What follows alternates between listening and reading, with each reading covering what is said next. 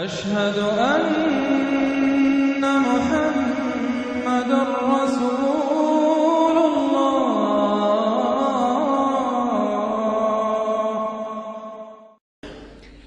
یہ جو اب تیسری صورت آ رہی ہے اس چھوٹے گروپ کی، سب گروپ کی، سورۃ الحجر، اس کا سٹائل بالکل مختلف، مزاج منفرد، لیکن اس مجموعے کے اندر جو ہے اپنے اسلوب کے اعتبار سے یہ بالکل منفرد ہے۔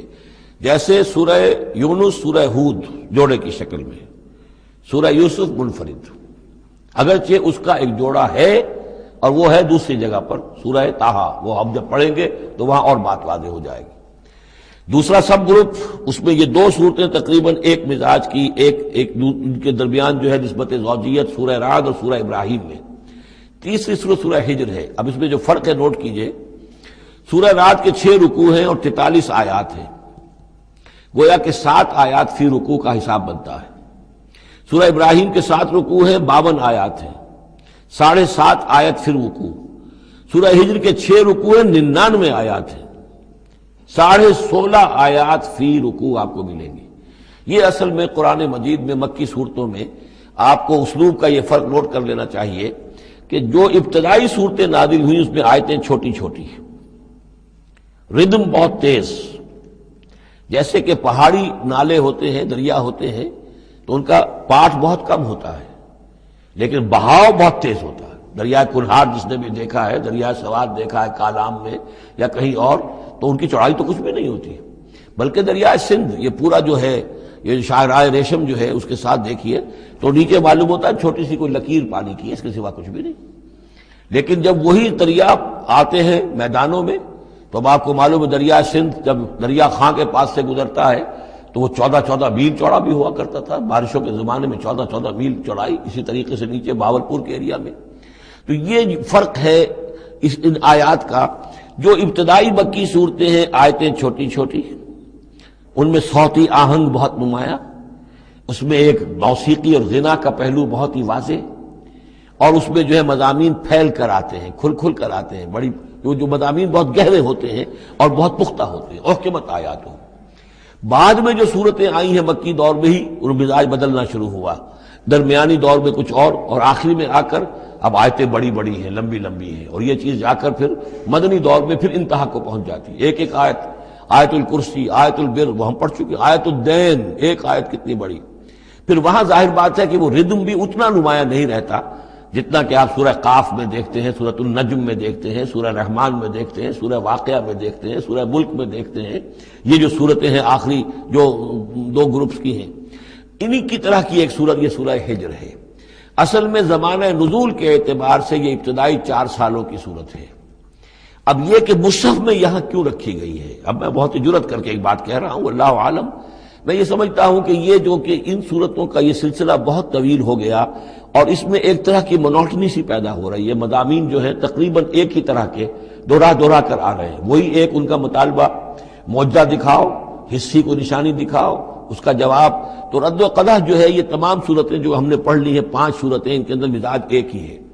تو گویا کہ اس مونوٹنی کو اللہ تعالیٰ نے چاہا کہ ختم کر کے، اور ابتدائی دور کی ایک صورت جس کا مزاج مختلف ہے ان صورتوں سے، اس کو یہاں شامل کر دیا گیا۔ البتہ یہ ہے کہ سورہ شعراء جو ہے، میں نے آپ کو بتایا تھا کہ 227 آیتیں ہیں اس کی، کل 14 رکوع ہیں، تقریباً یہی اوسط بنے گا اس کا، 16-17 آیتیں ہر رکوع کے اندر۔ سورہ شعراء اس سے بہت مشابہ ہے اس سورہ ہجر کا مضمون۔ دوسری بات یہ نوٹ کر لیجئے کہ یہاں پر خاص طور پر وہ جو میں نے آپ سے عرض کیا تھا کہ جو پاروں کی تقسیم ہوئی ہے اس میں کوئی حکمت پیش نظر نہیں رکھی گئی، اور یہ دور صحابہ میں تھا بھی نہیں۔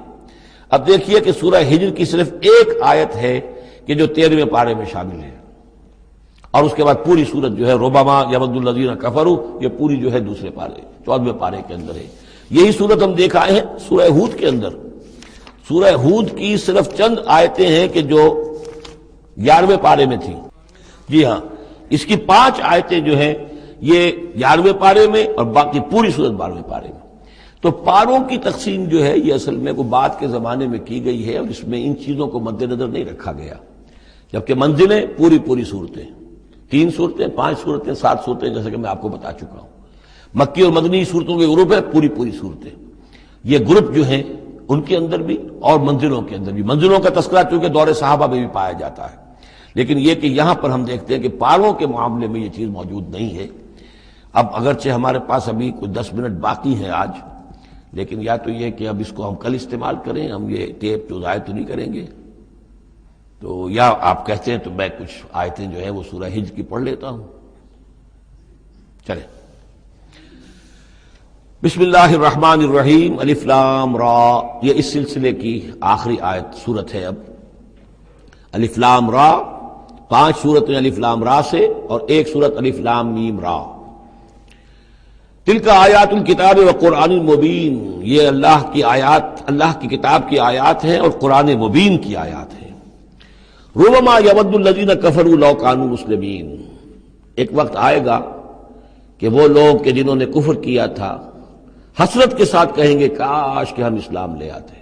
وہ وقت آئے گا، ان کا کفر ان کے لیے حسرت بن جائے گا. ذرہم یاکلوا ویتمتعوا، اے نبی چھوڑیے ان کو، نظر انداز کر دیجئے، اپنی توجہ ان کی طرف سے ہٹا لیجئے. یہ کھا پی لیں، تمتع کر لیں، فائدہ اٹھا لیں، زمین کے اندر رہ کر جو کھانا پینا ہے، جو چرنا چگنا ہے کر لیں. وَيُلْهِهِمُ الْعَمَلُ، اور امیدیں ان کو غافل کیے رکھیں. یہ جو یلہہم العمل ہے، الہا یلہی الہاءً، غافل کر دینا. حدیث میں آتا ہے ما قل وکفا خیر مما کثر والہا، اگر کوئی شے کم ہے لیکن کفایت کر جائے، آپ کی ضرورت پوری ہو جائے، یہ اس سے کہیں بہتر ہے کہ زیادہ ہو اور وہ غافل کر دے. اگر زیادتی ہے، فراوانی ہے، رزق کی سر و سامان موجود ہے، ہر چیز، کوئی ضرورت کبھی اٹکتی نہیں، تو اللہ یاد نہیں آئے گا، اللہ سے غفلت ہو جائے گی. اس سے بہتر یہ ہے کہ ضرورت تو پوری ہو جائے، کسی کے سامنے دستے سوال دراز نہ کرنا پڑے، لیکن یہ کہ اس سے زیادہ نہ ہو کہ تاکہ غفلت نہ ہو. ما قل وکفا خیر مما کثر والہا، الہاکم التکاثر، وہ صورت مبارکہ ذہن میں رکھیے. وَيُلْهِهِمُ الْعَمَلُ، طول عمل کہلاتا ہے. یہ انسان لمبے لمبے نقشے بناتا چلا جاتا ہے، میں یوں کروں گا، پھر ایسے کروں گا، پھر اس طرح کروں گا، پھر اس سے یہ کہ وہ کارخانہ بنا لوں گا، پھر ایک اور کارخانہ بنا لوں گا، یا یہ کہ اپنے پروفیشن کے اندر یہ کام کروں گا، اس طرح آگے بڑھوں گا. اسی میں مگن رہتا ہے، زندگی ختم ہو جاتی ہے. فَسَوْفَ يَعْلَمُونَ، تو ان قریب انہیں معلوم ہو جائے گا اور انہیں حقیقت جو ہے ان پر منکشف ہو جائے گی. وَمَا أَهْلَكْنَا مِنْ قَرْيَةٍ إِلَّا وَلَهَا کِتَابٌ معلوم، اور ہم نے کسی بھی بستی کو ہلاک نہیں کیا مگر یہ کہ اس کا وقت معین تھا، لکھا ہوا، اس سے پہلے وہ عذاب نہیں آیا. مَا تَسْبِقُ مِنْ أُمَّةٍ أَجَلَهَا وَمَا يَسْتَأْخِرُونَ، اور جب وہ وقت آ جاتا تھا تو نہ کوئی امت وہ اس سے پہلے آگے بڑھ سکتی تھی اور نہ وہ پیچھے کر سکتے تھے. وہ وقت تو معین ہے اللہ کا، تو نہ وہ پیچھے کر سکتے ہیں نہ امت آگے بڑھ سکتی ہے. وَقَالُوا يَا أَيُّهَا الَّذِي نُزِّلَ عَلَيْهِ الذِّكْرُ إِنَّكَ لَمَجْنُونٌ، اور بڑی ڈھٹائی کے ساتھ انہوں نے کہا اے وہ شخص جس کا یہ گمان ہے کہ اس پر ذکر نازل ہوا ہے. یہ ترجمہ میں کر رہا ہوں، ورنہ لفظی ترجمہ کیا ہوگا؟ اے وہ شخص جس پر ذکر نازل کیا گیا ہے، انک لمجنون، ہمارے نزدیک تو تم مجنون ہو، تمہارا دماغ خراب ہو گیا ہے، تم پر جن کا اسیب کا سایہ آ گیا ہے، یا تمہارا دماغی توازن صحیح نہیں رہا.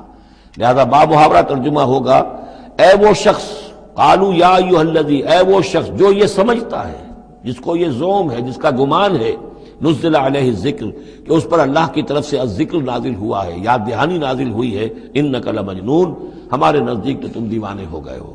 معاذ اللہ ثم معاذ اللہ. لو ما تاتینا بالملائکۃ ان کنت من الصادقین، کیوں نہیں لے آتے فرشتوں کی فوج ہمارے سامنے اگر تم سچے ہو. ما ننزل الملائکۃ الا بالحق، اور اللہ تعالیٰ کی طرف سے جواب آ رہا ہے ہم نہیں اتارا کرتے فرشتوں کو مگر حق کے ساتھ. فرشتے تو آتے تو عذاب لے کر آتے ہیں، فیصلہ لے کر آتے ہیں. فرشتے آئے تھے حضرت لوط کی قوم کے اوپر اور سدوم اور عمورہ کی بستیوں پر عذاب لانے کے لیے آ گئے تھے. تو یہ فرشتوں کو بلانا چاہتے ہیں، اپنی شامت بلانا چاہتے ہیں. ما ننزل الملائکۃ الا بالحق، وہ تو آتے ہیں تو آخری فیصلے کے لیے آتے ہیں. وما کانوا اذا منذرین، اور پھر انہیں کوئی اور پھر مہلت نہیں دی جاتی. انا نحن نزلنا الذکر وانا له لحافظون، یقیناً ہم ہی نے یہ ذکر نازل کیا ہے اور ہم ہی اس کے محافظ ہیں، ہم اس کی حفاظت کریں گے. یہ آیت مبارکہ بہت اہم ہے، جیسا کہ اس سے پہلے بھی عرض ہو چکا ہے کہ قرآن کی محفوظیت کے معاملے میں کہ اللہ تعالیٰ نے اس کی حفاظت کا ذمہ خود لیا ہے. جہاں تک تو تعلق ہے انا نحن نزلنا الذکر کا، تو یہ چیز تو اپلیکیبل ہے تورات کو بھی اور انجیل کو بھی. تورات بھی اللہ نے نازل کی، ہم پڑھ چکے سورہ مائدہ میں انا انزلنا التوراۃ فیہا ھدی ونور. انجیل نازل کی ہم نے، اس میں ہدایت بھی تھی، نور بھی تھا. لیکن دوسرا ٹکڑا انا لہو لحافظون، ہم ہی ہیں اس کی حفاظت کرنے والے، یہ صرف ایکسکلوسیو ہے معاملہ قرآن کا. اس کے سوا کسی اور صحیفہ آسمانی اور کسی کتاب سماوی کو اللہ تعالیٰ نے ضمانت نہیں دی. اور اس کی وجہ یہی ہے کہ اصل ہدایت نامہ جو ابدی ہے، جو کامل ہے، وہ ابھی آنے والا ہے. لہذا یہ سابقہ ایڈیشنز جو ہیں، نامکمل ایڈیشنز ہیں، یہ تو یوں سمجھیے کہ انٹرم پیریڈ کے لیے کچھ انسٹرکشنز تھی جو دے دی گئیں، ان کو مستقل طور پر محفوظ رکھنے کی کوئی ضرورت نہیں تھی. یہ ختم نبوت پر ایک بہت بڑی دلیل ہے کہ کسی بھی قادیانی سے اگر بات کی جائے تو اگر اس سے یہ کہا جائے کہ آیا تمہارے نزدیک قرآن میں ہدایت کامل ہوئی یا نہیں، تو جواب دے گا ہدایت تو کامل ہو گئی. نمبر 2، کیا تمہارے نزدیک قرآن محفوظ ہے یا نہیں؟ اگر وہ محفوظ بھی ہے تو پھر کسی اور وحی کی ضرورت کیا ہے؟ اللہ تعالیٰ کوئی کام عبث تو نہیں کرتا، ضرورت کے بغیر نہیں کرتا، کسی مقصد کے بغیر نہیں کرتا. یا تو یہ کہیں کہ ابھی ہدایت کامل نہیں ہوئی تھی، وہی جاری رہنی چاہیے، اس کا جواز ہو جائے گا. یا کہیں کہ کامل تو ہو گئی تھی قرآن میں لیکن وہ تو ضائع ہو گئی، محفوظ نہیں رہی، تب بھی وحی کی کھڑکی جو ہے اس کے کھلے رہنے کا جواز پیدا ہوگا. لیکن اگر کوئی شخص ان دونوں باتوں کو نہ مانے بلکہ اعتراف کر لے کہ ہدایت قرآن میں کامل ہو گئی اور یہ کہ وہ محفوظ بھی ہے، تو پھر اجرائے وحی، یہ تھا اصل میں جو فتنہ اٹھایا ہے غلام احمد قادیانی نے کہ وحی تو ایک نعمت تھی، کیسے بند ہو سکتی ہے، وحی کا سلسلہ جاری رہے گا. لیکن اس کو لے کر اس نے جو ہے پھر آگے اپنی نبوت کا دعویٰ کیا. لیکن اجرائے وحی کے لیے ضرورت عقلی جو ہے وہ دو شکلوں کے سوا ثابت نہیں ہو سکتی. یا ہدایت کامل نہیں ہوئی ہوتی جیسے کہ ابھی تورات میں نہیں ہوئی تھی، انجیل میں نہیں ہوئی تھی، قرآن میں آ کر کامل ہو گئی، یا کامل ہو کر اور وہ گم ہو گئی ہو، اس میں کوئی ترمیم و تنسیخ ہو گئی ہو جو کہ پھر وحی کے ذریعے سے اس کی تصحیح ہو سکے. اور دونوں باتیں اگر کوئی نہیں مانتا تو کوئی عقلی دلیل جو ہے وحی کے جاری رہنے کے لیے موجود نہیں. وَلَقَدْ أَرْسَلْنَا مِن قَبْلِكَ فِي شِيَعِ الْأَوَّلِينَ، اور اے نبی ہم نے آپ سے پہلے بھی رسول بھیجے تھے اگلی جماعتوں میں، اگلی قوموں میں. یہ شیعہ اس علیحدہ ہو جانے والے، کیونکہ قومیں بڑھتی چلی گئی نسلوں کے اندر. حضرت نوح علیہ السلام کی قوم تقسیم ہو گئی، ان کے 3 بیٹوں سے نسلیں بنتی چلی گئیں، تو یہ گویا کہ شائع ہونا، علیحدہ ہونا، پھیل جانا، پھیلتی چلی گئی. وما یاتیہم من رسول الا کانوا بہ یستہزئون، اور نہیں آیا ان کے پاس کوئی بھی رسول، جب بھی کبھی آیا مگر وہ استہزاء کرتے رہے، تمسخر کرتے رہے. کذالک نسلکہ فی قلوب المجرمین، اسی طریقے سے ہم اس کو چبھو دیتے تھے مجرموں کے دلوں کے اندر. مجرموں کے دلوں میں جا کر وہ چبھ جاتی تھی، وہ سمجھ لیتے تھے کہ حق ہے، لیکن چونکہ ان کے مفادات پر زد پڑتی تھی تو وہ استہزاء کرتے تھے. لا یؤمنون بہ، وہ ایمان نہیں لائیں گے اس پر. وقد خلت سنت الاولین، اور اے نبی یہ پہلوں کی بھی یہ سنت گزر چکی ہے. یہی طریقہ ہمیشہ رہا ہے، جیسے آج آپ آئے ہیں یا ذکر آپ پر نازل کیا گیا ہے، ایسے ہی ہم رسولوں کو بھیجتے رہے، کتابیں ان پر نازل ہوئیں، لیکن یہ کہ انہوں نے مان کر نہیں دیا. وَلَوْ فَتَحْنَا عَلَيْهِمْ بَابًا مِّنَ السَّمَاءِ فَظَلُّوا فِيهِ يَعْرُجُونَ، اور اگر ہم نے اس پر آسمان کا کوئی دروازہ کھول بھی دیا ہوتا اور وہ اس میں چڑھنے لگتے، تب بھی وہ یہ کہتے لَقَالُوا إِنَّمَا سُكِّرَتْ أَبْصَارُنَا، کہ ہماری تو نگاہوں پر کچھ جادو کر دیا گیا، شکر کر دیا گیا، نظر بندی کر دی گئی تھی. بل نحن قوم مسحورون، حقیقت میں تو ہم جادو کی زد میں آ گئے تھے. وَلَقَدْ جَعَلْنَا فِي السَّمَاءِ بُرُوجًا وَزَيَّنَّاهَا لِلنَّاظِرِينَ وَحَفِظْنَاهَا مِنْ كُلِّ شَيْطَانٍ رَجِيمٍ إِلَّا مَنِ اسْتَرَقَ السَّمْعَ فَأَتْبَعَهُ شِهَابٌ مُّبِينٌ. صدق اللہ العظیم. رب اشرح لي صدري ويسر لي امري واحلل عقدة من لساني يفقهوا قولي.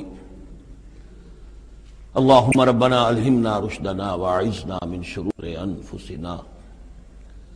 اللهم ارنا الحق حقا وارزقنا اتباعه وارنا الباطل باطلا وارزقنا اجتنابه. اللهم ربنا آنس وحشتنا في قبورنا وارحمنا بالقرآن العظيم. اللهم اجعله لنا إماما ونورا وهدى ورحمة.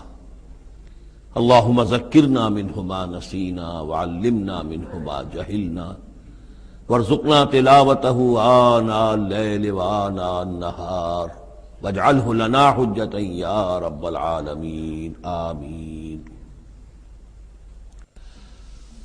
سورہ ہجر کے پہلے رکوع میں، جس کا ترجمہ ہم کر چکے ہیں، دو مرتبہ قرآن حکیم کے لیے لفظ آیا ہے الذکر، اس کی طرف خصوصی توجہ کی ضرورت ہے۔ ایک تو یہ کہ خود اللہ تعالیٰ نے فرمایا انا نحن نزلنا الذکر وانا لہ لحافظون، ہم نے ہی یہ ذکر، یہ قرآن نازل کیا ہے اور ہم ہی اس کے محافظ ہیں۔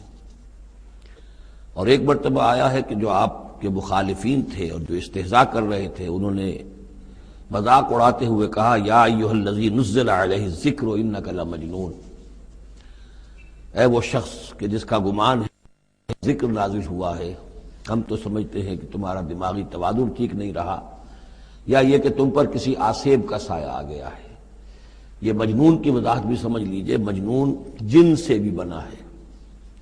جن کہتے ہیں عربی زبان میں مخفی شے کو، اس لیے جنین کہلاتا ہے وہ بچہ جو ابھی رحم مادر میں ہے، جو نظر نہیں آتا، چھپا ہوا ہے، معلوم تو ہے کہ بچہ ہے، پیٹ میں ہے، لیکن یہ کہ جنین ہے وہ ابھی وہ چھپا ہوا ہے۔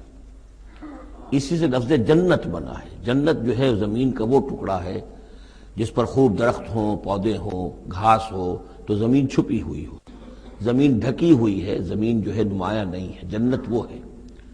جن علیہ اللیل کا آیا تھا کہ جب حضرت ابراہیم کا تذکرہ تھا، جب رات نے اس پر تاریکی کا پردہ طاری کر دیا تو گویا کہ ہر شے چھپ گئی۔ تو یہ جو جن کسی پر آ جانا، جس کو ہم کہتے ہیں اس پر کو آسیب کا سایہ ہو گیا، تو مجنون کے معنی یہ بھی تھے۔ اور مجنون اس کو بھی کہتے تھے کہ جس کا دماغی توازن ٹھیک نہ رہا ہو۔ اور یہ بات خاص طور پر نوٹ کرنے کی ہے کہ یہ بات اصل میں حضور کے بارے میں بالکل ابتدائی دور میں کہی گئی تھی، اور اس کے کہنے والوں میں وہ لوگ بھی تھے کہ جو معاندانہ انداز میں نہیں بلکہ ہمدردانہ انداز میں کہہ رہے تھے۔ یعنی بالکل شروع میں جب حضور نے دعویٰ کیا نبوت کا اور فرمایا کہ اس طرح میں تھا وہاں غار حرا میں، اور وہاں فرشتہ آیا ہے، جبرائیل آیا ہے، تو بہت سے لوگوں کو گمان ہوا کہ معلوم ہوتا ہے کہ کوئی بدروح، کوئی آسیب کا سایہ ہو گیا ہے انہیں۔ تو اس حوالے سے اس میں صرف مخالفت ابھی نہیں تھی، بلکہ اس میں ان کے لیے واقعتاً ایک بالکل چونکہ نئی بات تھی، لہٰذا یہ کہنے کا معاملہ جو ہے اس پہلو سے بھی تھا کہ اچھے بھلے آدمی تھے، ہم سوچتے تھے کہ واقعی یہ کئی دن جا کے مراقبے کرتے ہیں، اب یہ رہتے ہیں وہاں غار میں اکیلے تنہا دن رات، تو کہیں کچھ ہو نہ جائے تو معلوم ہوتا کچھ ہو گیا ہے، تو کوئی نہ کوئی جنون کا عارضہ ہو گیا ہے یا جن کا سایہ ہو گیا ہے۔ تو اس لفظ کو بھی سمجھ لیجئے، اور جو بتانا تھا وہ یہ ہے کہ سورہ نون جو کہ بالکل ابتدائی دور میں نازل ہوئی ہے، جس کا نام سورہ قلم بھی ہے، 29ویں پارے کی دوسری سورت، اس میں بھی یہی بات جو ہے کہی گئی ہے۔ اسی کے حوالے سے میں آپ کو بتا رہا ہوں کہ یہ سورہ مبارکہ جو ہے بالکل ابتدائی دور کی صورتوں میں سے ہے، اسی مشابہت کی وجہ سے۔ قرآن مجید کا ذکر ہونا اس معنی میں ہے، کئی مرتبہ واضح کر چکا ہوں کہ قرآن کا فلسفہ یہ ہے کہ جو ایمانی حقائق ہیں، خاص طور پر اللہ کی ذات کا علم اور اس کی صفات کا علم، وہ روح انسانی کے اندر موجود ہے، بس صرف اس پر ظہور کا پردہ طاری ہو گیا۔ جیسے آپ کو کوئی چیز پہلے معلوم تھی، اب یاد نہیں رہی، معلوم تھی لیکن اب بھول گیا۔ بھولنے کا مطلب کیا ہے کہ وہ آپ کی یادداشت کے ذخیرے میں کہیں نیچی اتر گئی ہے۔ وہ حافظ خانہ جو ہے، ہر انسان کی میموری جو ہے، اب اس کے نہ معلوم کتنے تہہ خانے ہیں، ان میں کسی نچلے تہہ خانے میں جا کر چھپ گئی ہے، وہ آپ کے شعور کی سطح پر نہیں ہے۔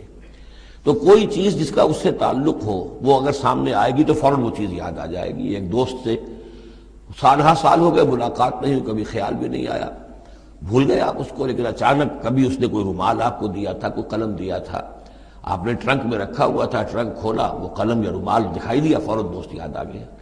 تو یہ قلم یا یہ رومال جو ہے یہ آیت ہے، یہ نشانی ہے، اس نشانی سے آپ کو ایک بھولی بسلی بات یاد آ گئی۔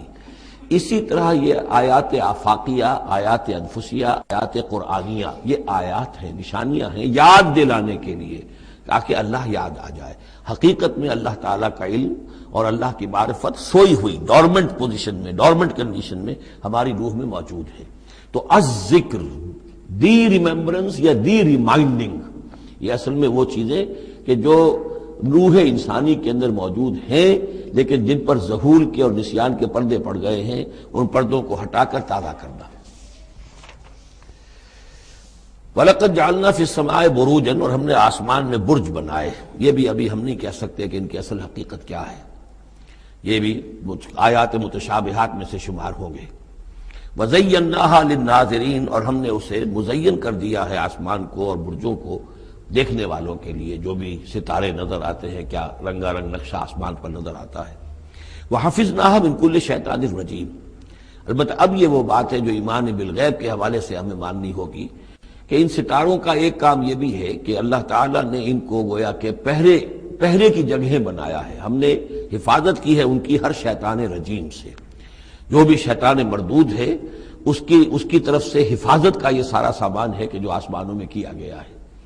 اب اس کے لیے آج میں چاہتا ہوں کہ وہ بات آپ سمجھ لیں اچھی طرح، کہ جیسے آپ آگے آ بھی جائے گا کہ انسانوں کی تخلیق جو ہے وہ تو یوں سمجھیے اس کائنات کے تخلیق کے اعتبار سے بڑی ریسنٹ شے ہے، بڑی ماضی قریب کی بات ہے۔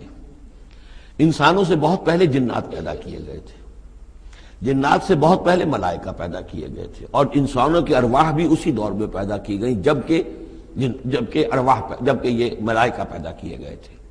تو جتنی مخلوقات کو ہم جانتے ہیں، بہت سی مخلوقات اب بھی ایسی ہوگی کہ جس کا ہمیں کوئی شعور نہیں، ادراک نہیں، ہم جانتے ہی نہیں۔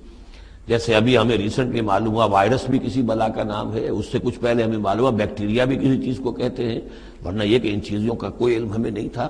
ابھی پتہ نہیں اور کیا کیا چیزیں ہیں کہ جو ظہور میں آنے والی ہیں، لیکن جو چیزیں بھی آج تک ہم جانتے ہیں ان میں یوں سمجھیے کہ جن ہستیوں میں خود شعوری ہے، سیلف کانشسنس، وہ 3 مخلوقات ہیں صرف، ملائکہ، جنات اور انسان۔ باقی جو حیوانات ہیں زمین کے اوپر، چاہے وہ بر کے ہیں یا بحر کے ہیں یا ہوا کے ہیں، فضا کے ہیں، پرندے ہوں یا زمین پر چلنے والے خشکی کے جانور ہوں یا دریا میں اور سمندر کے اندر جو بھی حیوانات ہیں، مچھلیاں ہیں یا اور جاندار ہیں، ان سب میں شعور تو ہے، خود شعوری نہیں ہے۔ البتہ یہ کہ ترتیب یہی ہے کہ پہلے جنات پیدا کیے گئے اور وہ چونکہ آگ سے پیدا کیے گئے تھے، تو ان کے اندر پوٹینشل جو قوت ہے وہ ہم انسانوں کے مقابلے میں بہت زیادہ ہے، اور ان کی رسائی اس کائنات میں بہت دور تک ہے۔ بس میرا یہ گمان ہے، باقی چیزیں تو میں خاص وثوق سے کہہ رہا ہوں، لیکن میرا گمان یہ ہے کہ جو سولر سسٹم ہے، چونکہ ہماری اس پوری جو ہماری یہ فیملی ہے، یہ خاندان ہے، جو یہ سولر سسٹم ہے، سورج کا کنبہ کہلاتا ہے، تو اس کا جو منبع سرچشمہ ہے وہ سورج ہے، اور معلوم ہوتا ہے کہ اسی کی آگ سے اور اسی کی لپٹ سے اور جنات کی تخلیق ہوئی ہے۔ تو یہ جنات، سولر سسٹم پورا کا پورا جو ہے وہ جنات کے دائرے میں داخل ہے، وہ اس میں آ جا سکتے ہیں۔ اس کے لیے انہیں کسی راکٹ کی ضرورت نہیں، کسی مشین کی ضرورت نہیں، کسی ذرائع کی ضرورت نہیں، بلکہ اس کی استعداد ان کے اندر موجود ہے۔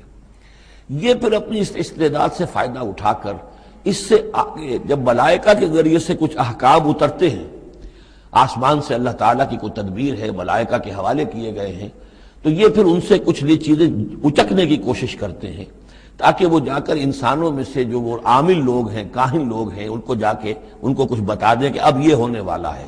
اس لیے کہ ملائے اعلیٰ میں فیصلہ ہو گیا، اللہ تعالیٰ کے ہاں ایک چیز کی تدبیر جو ہے وہ طے ہو گئی، اب اللہ تعالیٰ نے فرشتوں کے حوالے کیا ایگزیکیوشن کے لیے۔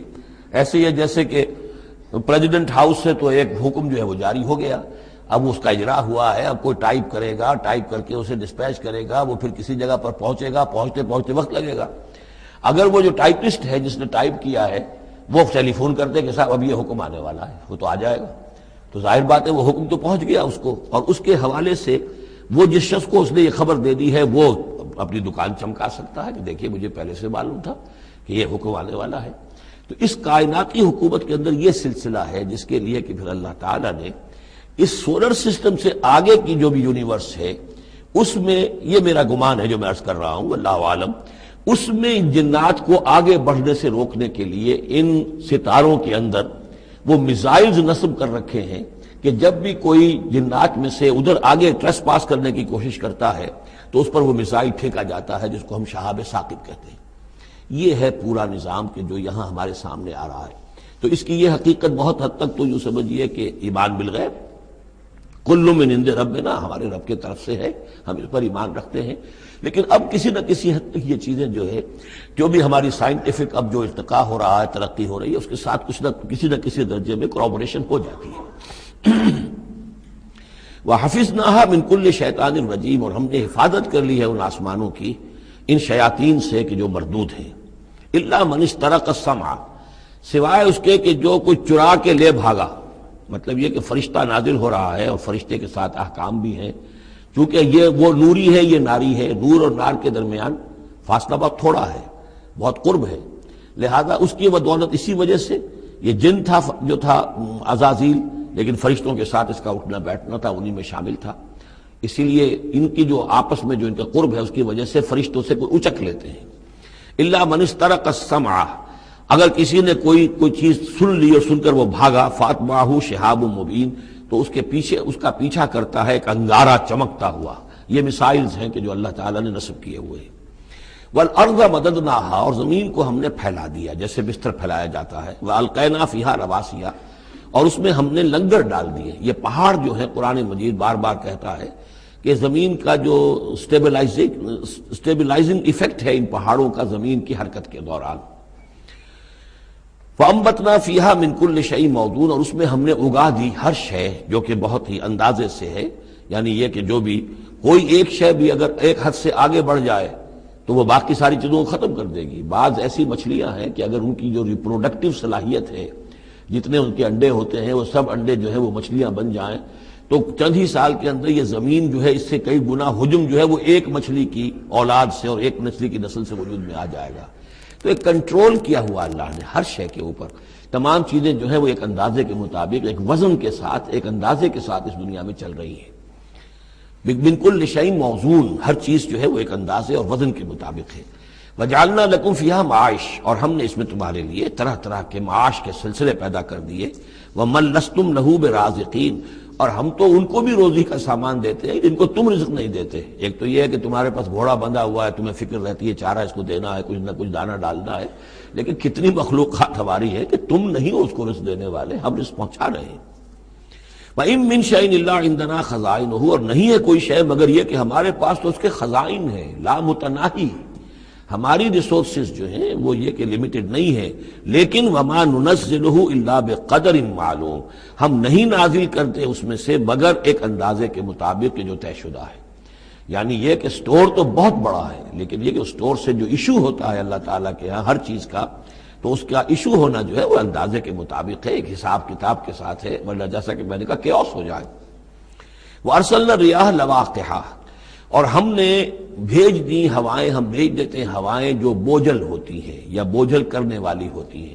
لواقحہ کا مفہوم پہلے تو یہ سمجھا جاتا تھا کہ چونکہ وہ بادلوں کو لے کر آتی ہیں اس اعتبار سے، لیکن اب ادھر ایک اشارہ ہو رہا ہے جدید سائنس کے حوالے سے کہ پولن گرینز جو ہیں وہ بھی ہواؤں کے ذریعے سے آتے ہیں، اور وہ پھر آ کر پھولوں کو جب وہ وہاں فرٹیلائزیشن ہوتی ہے تو اس سے پھر وہ فصل بنتی ہے۔ تو ہوائیں جو ہیں وہ گویا کہ بار آور کرتی ہیں، اور اس طریقے سے یہ نباتاتی نظام چل رہا ہے۔ فَأَنزَلْنَا مِنَ السَّمَاءِ مَاءً، پھر ہم نے اتار دیا آسمان سے پانی، فَاسْقَيْنَاكُمُوهُ، پھر ہم نے وہ پانی تمہیں پلایا، تمہارے پینے کے لیے بندوبست کیا۔ وَمَا أَنْتُمْ لَهُ بِخَازِنِينَ، اور دیکھو تم اس کا سٹور نہیں کر سکتے، اس کا خزانہ نہیں بنا سکتے۔ کہاں کس طرح بناؤ گے خزانہ؟ واقعہ یہ ہے کہ یہ جو واٹر سائیکل ہے اس دنیا میں، یہ بھی اللہ تعالیٰ کے عظیم، یعنی سمجھئے کہ کرشموں میں سے اور اللہ کے معجزات میں سے بہت بڑا معجزہ ہے کہ یہ جو ہمارے پہاڑوں کے اوپر اتنے بڑے بڑے گلیشیئرز ہیں، یہ کیا ہے؟ یہ واٹر سٹوریج ہے، ٹینکس ہے۔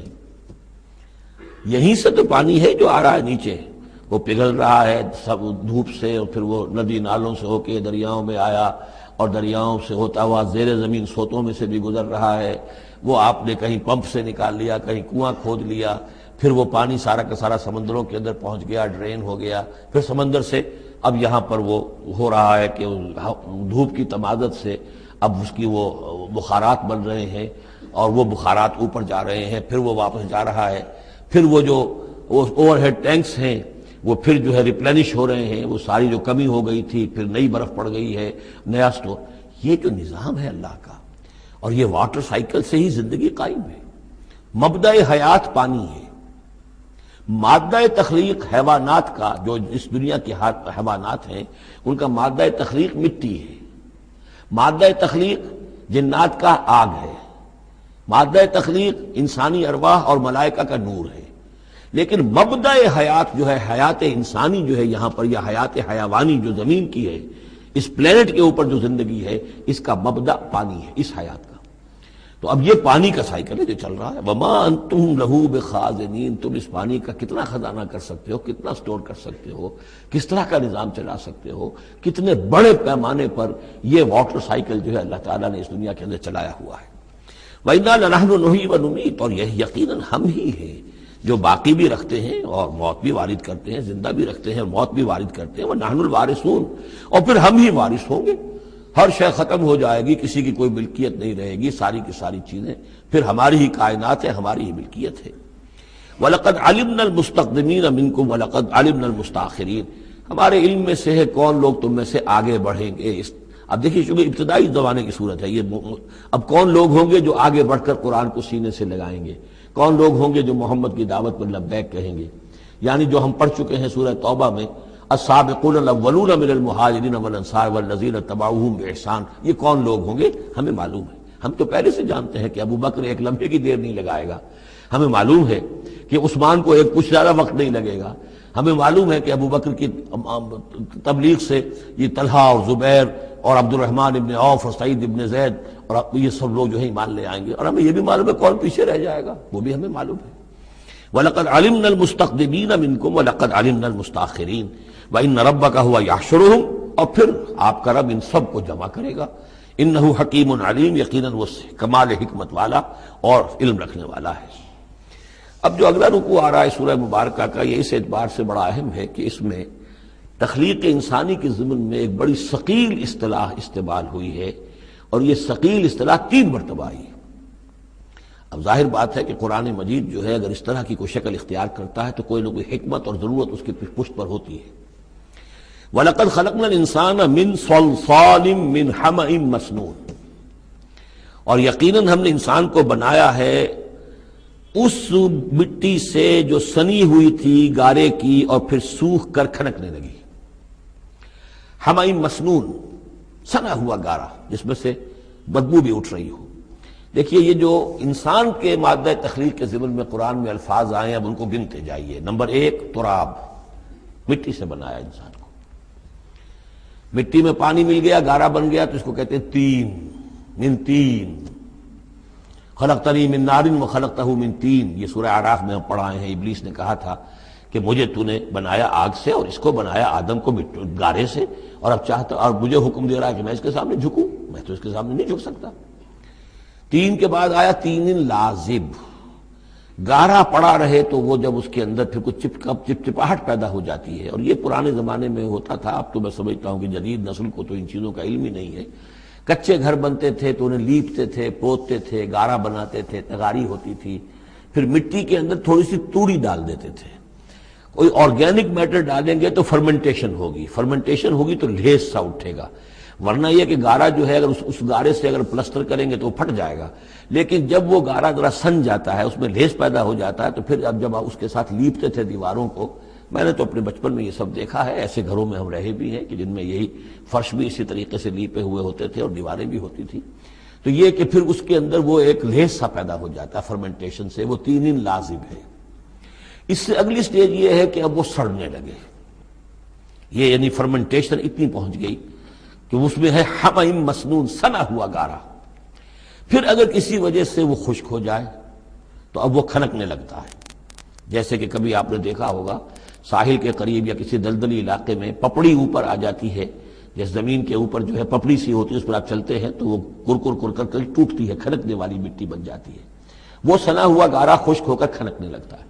یہ سٹیجز ہیں ان مادہ تخلیق کی کہ جو آدم یا انسان کی تخلیق کے ضمن میں قرآن میں آئے.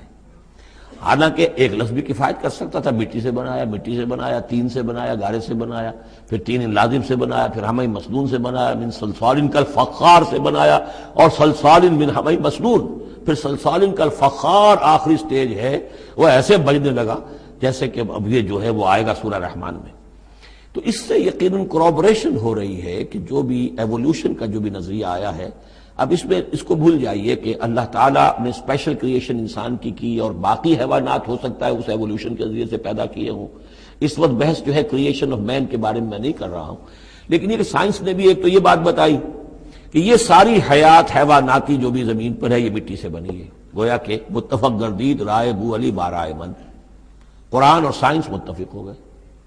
پھر یہ کہ اس میں مٹی کے اندر گارے کی شکل بنی، پانی ملا، مبدأ حیات پانی ہے، قرآن بھی کہہ رہا ہے۔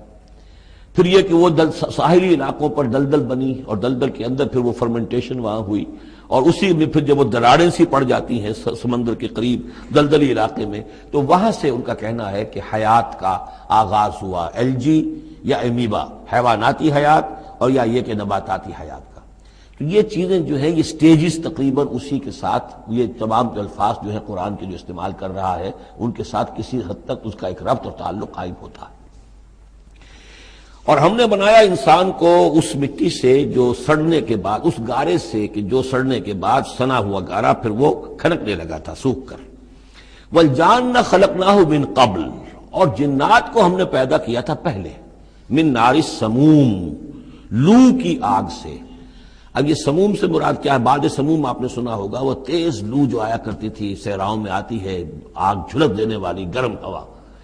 تو اصل میں ایک ہوتا ہے جیسے کہ ہم نے فزکس میں پڑھا تھا، جن لوگوں نے تھوڑی بہت فزکس پڑھی ہوگی ایف ایس سی میں، کہ یہ جو شعلہ ہوتا ہے، فلیم کا ایک حصہ وہ ہوتا ہے جو نظر آتا ہے، لیومینس، وہ نظر آتا ہے، اس کے اندر حرارت کم ہوتی ہے، اور ایک انویزیبل جو ہوتا ہے اس کے گرد حالہ جو نظر نہیں آتا، اس میں ہوتی ہے تیزی شدید جو ہوتی ہے، سب سے زیادہ ٹیمپریچر جو ہوتا ہے وہ اس میں ہوتا ہے کہ جو اس کا حصہ نظر نہیں آتا۔ اس حصے سے، آگ کی اس لو سے، اس لو کی لپٹ سے یا لو کی لپٹ سے جو بھی اسے کہیں، اس سے ہم نے جنات کو پیدا کیا۔ لیکن یہ سمجھ لیجئے کہ اس سے جنات پیدا کیے گئے، لیکن وہ آگ نہیں ہے۔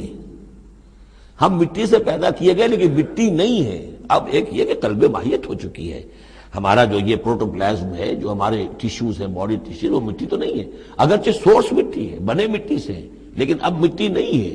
دوبارہ اگرچہ پھر یہ گل سڑ کر مٹی ہو جائیں گے، اس وقت مٹی نہیں ہے۔ اسی طریقے سے جنات آگ سے بنائے گئے لیکن آگ نہیں ہے، ہاں ان کا مادہ تخلیق آگ ہے۔ اور دوسرا یہ معلوم ہو گیا کہ وہ انسانوں کی تخلیق سے بہت پہلے پیدا کیے گئے۔ وَإِذْ قَالَ رَبُّكَ لِلْمَلَائِكَةِ إِنِّي خَالِقٌ بَشَرًا مِّن صَلْصَالٍ مِّنْ حَمَإٍ مَّسْنُونٍ، اور یاد کرو جب کہ کہا تھا آپ کے رب نے فرشتوں سے کہ میں بنانے والا ہوں ایک بشر اس کھنکھناتے ہوئے سنے ہوئے گارے سے۔ پھر وہی الفاظ، من صلصال من حمأ مسنون، ثقیل لفظ ہے، ثقیل اصطلاح ہے۔ اور یہاں خاص طور پر نوٹ کیجئے کہ لفظ آدم نہیں آیا، بشر بنانے لگا ہوں۔ کہیں بھی قرآن مجید میں جہاں یہ تخلیق کے ابتدائی مراحل بیان ہوتے لفظ آدم کہیں نہیں ملے گا آپ کو، سوائے وہ ایک آیت میں نوٹ کرا چکا ہوں سورہ آل عمران کی، کہ عیسیٰ کی مثال بھی اللہ کے نزدیک آدم کی سی ہے، خلقہ من تراب ثم قال له کن فیکون، وہ ایک مثال موجود ہے، لیکن باقی کہیں آپ کو بشر، انسان، جب میں بنانے والا ہوں ایک انسان اس مٹی سے سنے ہوئے گارے کی جو سوکھ کر کھنکھنانے لگی ہے، فَإِذَا سَوَّيْتُهُ، جب میں اس کا تسویہ کر لوں۔ تخلیق کے بعد تسویہ ہوتا ہے، جیسے کسی شے کا ایک ہیولہ بن گیا پھر اس کی نوک پلک سنواری جاتی ہے، مین سٹرکچر جو ہے کسی بلڈنگ کا کھڑا ہو گیا، اب اس کا آرکیٹیکچرل ٹچز ہیں، اس کے اوپر ڈیکوریشن ہے، اس پہ پینٹنگ ہے، یہ تسویہ ہے۔ فَإِذَا سَوَّيْتُهُ، پھر جب میں اسے پوری طرح نک سک سے درست کر دوں، صحیح بنا دوں، پورا کر لوں، وَنَفَخْتُ فِيهِ مِن رُوحِي، اور پھونک دوں میں اس میں اپنی روح میں سے، کہ روحی ضمیر متکلم کا صیغہ ہے سیدھا سیدھا، فَقَعُوا لَهُ سَاجِدِينَ، تو گر پڑنا اس کے سامنے سجدے میں۔ فَسَجَدَ الْمَلَائِكَةُ كُلُّهُمْ أَجْمَعُونَ، اب یہ تیسری مرتبہ پڑھ رہے ہیں ہم قرآن حکیم میں یہ قصہ آدم و ابلیس۔ تو کیا سجدہ سب فرشتوں نے، کل کے کل نے، سب نے مل کر۔ دیکھیے یہ جو ہے تاکید کی انتہا ہے، فرشتوں میں سے کوئی بھی مستثنیٰ نہیں رہا، نہ جبرائیل، نہ میکائیل، نہ اسرافیل، الا ابلیس، سوائے ابلیس کے۔ اور اس میں پھر گمان ہوتا ہے کہ شاید یہ بھی فرشتہ تھا، فرشتہ نہیں تھا، اس کی وجہ سورہ کہف میں مل جائے گی۔ ابا ان یکون مع الساجدین، اس نے انکار کیا سجدہ کرنے والوں کے ساتھ ہونے سے۔ قال یا ابلیس ما لک الا تکون مع الساجدین، اللہ نے فرمایا ابلیس کیا ہوا تجھے، کیا سبب ہے، تو کیوں نہیں ہوا سجدہ کرنے والوں کے ساتھ؟ قال لم اکن لاسجد لبشر خلقتہ من صلصال من حمأ مسنون، اس نے کہا میرے لیے یہ روا نہیں ہے، میرے لیے ممکن نہیں ہے کہ میں سجدہ کروں اس بشر کو جس کو تو نے پیدا کیا ہے سنے ہوئے گارے سے، جبکہ وہ کھنکھنانے لگا ہوا۔ قال فاخرج منها فإنك رجيم، اللہ نے فرمایا تو نکل جاؤ یہاں سے، اس میں سے نکل جاؤ، اس لیے کہ اب تم مردود ہو گئے ہو۔ وإن عليك اللعنة إلى يوم الدين، اور اب تم پر لعنت رہے گی یوم الدین تک، جزا و سزا کے دن تک، یوم بعث بعد الموت تک۔ قال رب فانظرني إلى يوم يبعثون، تو اس نے درخواست کی کہ پروردگار پھر مجھے ذرا مہلت دے دے، ڈھیل دے دے، اس دن تک کے لیے جس دن کے یہ دوبارہ اٹھائے جائیں گے۔ قال فإنک من المنظرین، اللہ تعالیٰ نے اسی شان بے نیازی کے ساتھ فرمایا اچھا جاؤ ٹھیک ہے، تمہیں ڈھیل دے دی گئی، تمہیں یہ رخصت مل گئی، تمہیں یہ چھوٹ مل گئی، مہلت مل گئی، الی یوم الوقت المعلوم، اس وقت معین کے دن تک، یعنی یہ کہ اس وقت تک تم زندہ رہو گے۔ وہ ابلیس جو ہے جن، ویسے جنوں کی زندگیاں شاید انسانوں سے زیادہ ہوتی ہوں، میں نہیں جانتا کتنی ہوتی ہیں، لیکن یہ کہ کوئی اور جن نہیں ہے کہ جو اس وقت سے آج تک زندہ ہو سوائے اس ایک جن کے جس کا نام عزازیل تھا، اور یہ جن جو ہے وہ ابھی تک زندہ ہے اپنی اسی ذات کے ساتھ، باقی اس کی اولاد، اس کی اور نسل جو ہے، اس کی ذریت ہے، وہ اپنی جگہ ہے۔ قال رب بما اغویتنی، اب اس نے کہا پروردگار جو تو نے مجھے گمراہ کیا، اب نوٹ کیجئے وہ گمراہی کو اللہ کی طرف منسوب کر رہا ہے۔ بما اغویتنی، تو نے جو مجھے گمراہ کیا ہے، لأزینن لہم فی الارض ولأغوینہم اجمعین، تو میں اب ان کو یعنی آدم کی اولاد، آدم اور حوا کی اولاد کو میں زمین میں ان کو خوب مزین کر دوں گا، زمین ان کے لیے یہ اسی میں گم ہو جائیں گے، زمین اور اس کی چمک دمک اور اس کی رونقیں اور زیبائشیں آرائشیں ان کی نگاہوں میں کھب جائیں گی۔ وَلَأُغْوِيَنَّهُمْ أَجْمَعِينَ، تجھے بھول جائیں گے، وہ لگ جائیں گے انہی چیزوں کے اندر، اور میں ان سب کو گمراہ کر کے چھوڑوں گا۔ لَأُغْوِيَنَّهُمْ أَجْمَعِينَ، سب کو، إِلَّا عِبَادَكَ مِنْهُمُ الْمُخْلَصِينَ، سوائے ان میں سے ان کے کہ جن کو تو اپنا خاص بندہ بنا لے، تو اپنا خاص بندہ بنا لے، مخلص کر لے، یہاں پہ وہی نوٹ کیجئے مخلص ہے، مخلصین، جن کو تو خالص کر لے اپنے لیے، ظاہر بات ہے کہ اس پر تو میرا زور نہیں چلے گا، باقی یہ کہ میں کسی کو چھوڑوں گا نہیں۔ قال ھذا صراط علی مستقیم، اللہ تعالیٰ نے فرمایا ٹھیک ہے، یہ راستہ ہے میری طرف سیدھا، یعنی یہ میرے اور تمہارے درمیان معاملہ طے ہو گیا، میں نے تمہیں چھوٹ دی، تم اپنا زور لگا لو، جس طرح بھی چاہو بہکا لو، باقی یہ کہ ان عبادی لیس لک علیہم سلطان، میرے بندوں پر تجھے اختیار کوئی نہیں ہوگا، یعنی اختیار کسی بھی انسان پر نہیں ہے، یہ نہیں کہ جس کو اللہ نے مخلص کر لیا ہو اس پر اختیار نہیں، اختیار اسے کسی بھی انسان پر نہیں ہے۔ ان عبادی لیس لک علیہم سلطان الا من اتبعک من الغاوین، سوائے ان کے کہ جو خود تیری پیروی کرے، خود غاوین میں سے ہو، خود ان کے اندر غوا ہو، خود ان کے اندر سرکشی ہو، خود وہ جو ہے وہ اپنی نفس پرستی کی طرف مائل ہو، وہ تو تیری پیروی کریں گے، ان کو تو جدھر چاہے لے جا، جس کھائی میں چاہے لے جا کے ان کو پھینک دے، اور جس جہنم کی جس وادی میں چاہے ان کو گرا دے، مجھے اس سے دلچسپی نہیں، لیکن یہ کہ میرے کسی بندے پر تجھے اختیار حاصل نہیں ہوگا۔ وَإِنَّ جَهَنَّمَ لَمَوْعِدُهُمْ أَجْمَعِينَ، اور پھر جہنم ہی ان سب کا ٹھکانہ ہوگا، سب کا جو بھی تیری پیروی کریں گے۔ لہا سبعۃ ابواب، اس جہنم کے 7 دروازے ہیں، لکل باب منہم جزء مقصوب، اور ہر ان میں سے ہر دروازے کے لیے ہم نے ایک اس کا نصیب مقرر کر رکھا ہے کہ اتنے جن اتنے انسان اس سے جائیں گے، ہو سکتا ہے کہ وہ بڑے بڑے کبیرہ گناہوں کے حوالے سے کہ یہ لوگ جو ہے جو ان گناہوں میں ملوث ہوں گے وہ اس دروازے سے جائیں گے، جو ان گناہوں میں ملوث ہوں گے وہ اس سے جائیں گے، واللہ اعلم۔ ان المتقین فی جنات وعیون، اب وہی سائملٹینیس کنٹراسٹ کہ جب جہنم والوں کا تذکرہ ہوا تو متقین کا بھی، اور جو اہل تقوی ہوں گے فی جنات وعیون، وہ ہوں گے جنتوں میں، باغات میں اور چشموں میں، ادخلوها بسلام آمنین، ان سے کہا جائے گا داخل ہو جاؤ ان باغات میں پورے امن کے ساتھ، کوئی خوف نہیں، کوئی اندیشہ نہیں۔ وَنَزَعْنَا مَا فِي صُدُورِهِم مِّن غِلٍّ، یہ مضمون پہلے بھی آ چکا ہے، اور ہم نکال دیں گے ان کے دلوں میں سے جو کچھ قدورت ہوگی، اہل ایمان کی آپس میں کوئی شکوہ، کوئی شکایت، کسی سے کوئی تکدر ہو، کوئی غل ہو، وہ ہم نکال دیں گے۔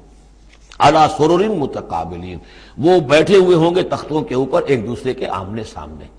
جب کسی سے ناراضگی ہو تو آدمی آنکھیں چار نہیں کرتا بلکہ نظر چرا جاتا ہے، لیکن جب کوئی ایسی بات نہیں، دل صاف ہے، تو آمنے سامنے بیٹھ کے باتیں کریں گے، سینگ آئی ٹو آئی۔ متقابلین لا یمسہم فیہا نصب، انہیں نہیں پہنچے گی اس میں نہ تو کوئی تکان، وما ہم منہا بمخرجین، نہ پھر وہ اب اس سے نکالے جائیں گے۔ جب اہل جنت میں داخل ہونے کے بعد کسی کا وہاں سے نکلنے کا امکان نہیں۔ نبئ عبادی، اے نبی میرے بندوں کو بتا دیجئے، انی انا الغفور الرحیم، کہ میں یقیناً غفور ہوں، رحیم ہوں۔ میری اصل شان تو یہ ہے، لیکن وان عذابی هو العذاب العلیم، میری ایک دوسری شان بھی ہے، اور وہ یہ ہے کہ میرا عذاب تو وہ بھی بہت دردناک عذاب ہے۔ لہذا کوئی آدمی جو ہے وہ نڈر نہ ہو جائے، نچنت نہ ہو جائے، وہ میری مغفرت کی امید بھی رکھے، میری رحمت سے آس بھی لگائے رکھے، لیکن یہ کہ میرے عذاب سے ڈرتا بھی رہے۔ بین الخوف والرجاء، یہ کیفیت رہنی چاہیے۔ وَنَبِّئْهُمْ عَنْ ضَيْفِ ابراہیم، اور ذرا ان کو بتا دیجئے حالات ابراہیم کے جو مہمان آئے تھے ان کے بارے میں، وہی جو پہلے ہم پڑھ چکے ہیں سورہ ہود میں۔ اذ دخلوا علیہ فقالوا سلاما، جب وہ داخل ہوئے حضرت ابراہیم کے ہاں مکان پہ آئے، انہوں نے کہا سلام، قال انا منکم وجلون، تو حضرت ابراہیم نے کہا کہ ہمیں تو تم سے کچھ خوف آ رہا ہے، آپ لوگ کون ہیں، ذرا اپنی آئیڈینٹی بتائیے۔ قالوا لا توجل انا نبشرک بغلام علیم، انہوں نے کہا کہ نہیں ڈریے نہیں، ہم تو آپ کو ایک بڑے صاحب علم بیٹے کی بشارت دینے آئے ہیں۔ قال بشرتمونی علی ان مسنی الکبر فبما تبشرون، تو حضرت ابراہیم نے فرمایا کہ یہ کیا بشارت آپ مجھے دے رہے ہیں، اس کے باوجود، علی یہاں علی الرغم کے معنی میں، اس کے باوجود کہ مجھ پر بڑھاپا طاری ہو چکا ہے، تو ذرا سوچ سمجھ کے بشارت دیجیے، کوئی غلطی تو نہیں لگی ہے آپ کو۔ قالوا بشرناک بالحق، انہوں نے کہا نہیں ہم نے بشارت آپ کو دی ہے حق کے ساتھ، قطعی اور حقیقی بات ہے، شدنی امر ہے، یہ ہو کر رہنے والا ہے۔ فلا تکن من القانتین، تو اے ابراہیم آپ تو پھر نا امید لوگوں میں سے تو نہ ہو جائیے، مایوس نہ ہو جائیے۔ قال ومن یقنط من رحمت ربہ الا الضالون، تو حضرت ابراہیم نے کہا کہ ہاں یہ بات تو آپ صحیح کہہ رہے ہیں، اللہ تعالیٰ کی رحمت سے مایوس تو صرف وہی ہو سکتے ہیں جو گمراہ ہوں۔ یہ اللہ کی قدرت، اللہ کی رحمت، عین بڑھاپے میں اللہ مجھے اولاد دے دے، 87 برس کی عمر میں بیٹا دے دے، جیسے اس نے حضرت یحییٰ کی والدہ کو، جو کہ بالکل بانجھ رہی ساری عمر، اور حضرت زکریا جو ہیں بہت بوڑھے ہو چکے تھے، اسی طریقے سے معاملہ یہاں بھی ہوا ہے۔ قال فما خطبکم ایھا المرسلون، اب انہوں نے پوچھا کہ اے فرشتادو، اے جو بھیجے گئے ہو، ایلچیو، تمہارا کیا معاملہ ہے، یعنی کس قدر جا رہے ہو، کیا قصد ہے، کیا ارادہ ہے۔ قالوا انا ارسلنا الی قوم مجرمین، انہوں نے کہا کہ ہمیں بھیجا گیا ہے ایک مجرم قوم کی طرف، الا آل لوط، سوائے آل لوط، لوط کے گھر والوں کو، اس کے گھر والوں کو تو ہم بچا لیں گے، انا لمنجوہم اجمعین، ان سب کو ہم بچا لیں گے، نجات دیں گے، الا امرأتہ، اس میں بھی ایک استثناء ہے، سوائے اس کی بیوی کے، قدرنا انہا لمن الغابرین، ہم نے یہ اندازہ کر لیا ہے، یہ اندازہ ہے کہ وہ جو ہے پیچھے رہنے والوں میں سے ہوگی۔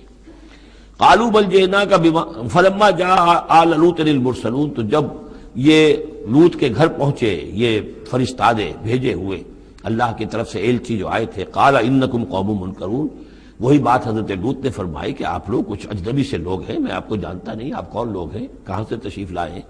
قالوا بل جئناک بما كانوا فيه يمترون، انہوں نے کہا نہیں بلکہ ہم تو وہ شے لے کر آئے ہیں آپ کے پاس جس کے بارے میں یہاں کے رہنے والوں کو شک تھا۔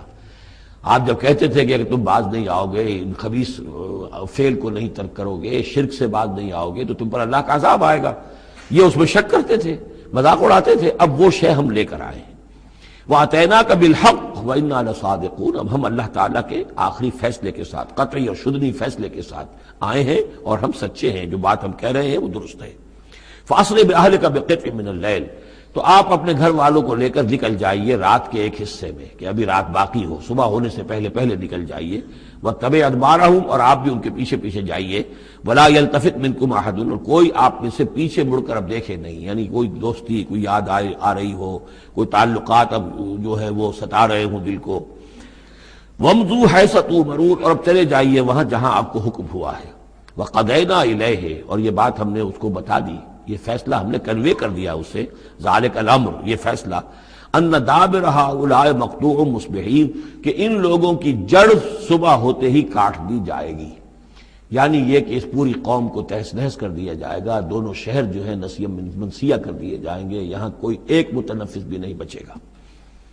وجاء اہل المدینہ یستبشرون، اور اب آئے لوگ وہ دوڑے ہوئے بدماش لوگ جو ہیں وہ خوشیاں مناتے ہوئے آئے کہ بڑے خوبصورت لڑکے جو ہیں آج مہمان ہو کر آئے ہیں لوط کے ہاں، تو ہمارے لیے بڑا اچھا موقع ہے۔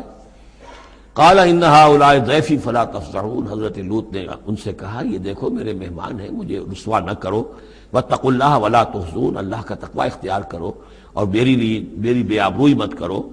قالوا اولم ننهک عن العالمین، انہوں نے کہا کہ دیکھو لوط، ہم نے تمہیں تمام جہانوں والوں سے روکا ہوا نہیں ہے کہ تم ٹھیکہ مت لو کسی کا، ہم جس کے ساتھ جو چاہیں کریں، تم کون ہوتے بیچ میں آنے والے، تم کو ٹھیکیدار بن گئے ہو پوری دنیا کے۔ اولم ننہک، کہ ہم نے منع کیا تمہیں، نہیں کیا تمہیں کہ تمام جہان والوں کی حمایت میں نہ کھڑے ہو جایا کرو۔ قال ہؤلاء بناتی ان کنتم فاعلین، ان کا یہ میری بیٹیاں حاضر ہیں، اگر تمہیں کچھ کرنا ہی ہے تو یہ کہ ظاہر اللہ تعالیٰ نے تمہارے لیے جو جوڑے بنائے ہیں تو وہ تو عورتیں ہیں، تو وہ ہے، میں عرض کر چکا ہوں، اس سے مراد یہ بھی لی گئی ہے کہ میری قوم کی جو یہ بیٹیاں ہیں تمہارے گھروں میں پڑی ہیں، جن کو تم نے چھوڑا ہوا ہے، اصل میں تو تمہارے لیے اللہ تعالیٰ نے وہ فطری راستہ بنایا تھا، یا یہ کہ انہوں نے اتمام حجت کے لیے، جس کو کہتے ہیں پنجابی میں برے کو گھر پہنچانا، یا آخری بات بھی کہی ہو کہ میں ایسا ہی اگر کوئی معاملہ ہے تو کوئی دو بڑے سردار جو ہیں انہیں کہا ہو کہ میں اپنی بیٹیوں کا نکاح تم سے کیے دیتا ہوں، تمہیں اگر کوئی اس طرح کی کوئی حاجت ہے، لعمرک انہم لفی سکرتہم یعمہون، تو انہوں نے کہا، یہ اللہ تعالیٰ کی طرف سے ہے، قسم ہے تیری جان کی، وہ لوگ تو اپنے اس نشے کی حالت میں بدمست تھے اور بالکل اندھے ہو گئے تھے. عین میم ہے والا ہے، یہ دل کے اندھے ہو چکے تھے. فاخذتہم الصیحۃ مشرقین، تو پھر انہیں آ پکڑا ایک چنگھاڑ نے اجالا ہونے کے وقت. مشرق، یہ مشرق نہیں ہے، مشرق ہے. مشرق ہے اجالے کی جگہ، صبح جہاں سے نکلتی ہے وہ مشرق ہے. شرق کے معنی جو ہے اصل میں وہ روشنی ہے، تو اسی سے یہ مشرقین، صبح ہونے کا وقت، سورج نکلتے وقت جب اجالے کا وقت ہوا تو ان کو ایک چنگھاڑ نے آ پکڑا. فجعلنا عالیہا سافلہا، تو ہم نے اس کے اوپر والے حصے کو نچلا بنا دیا، یعنی تل پٹ کر دیا. وہ گری، پوری بستی جو ہے وہ اٹھا کر پٹک دی گئی کہ چھتیں نیچے اور اس کی جو بنیادیں تھیں وہ اوپر.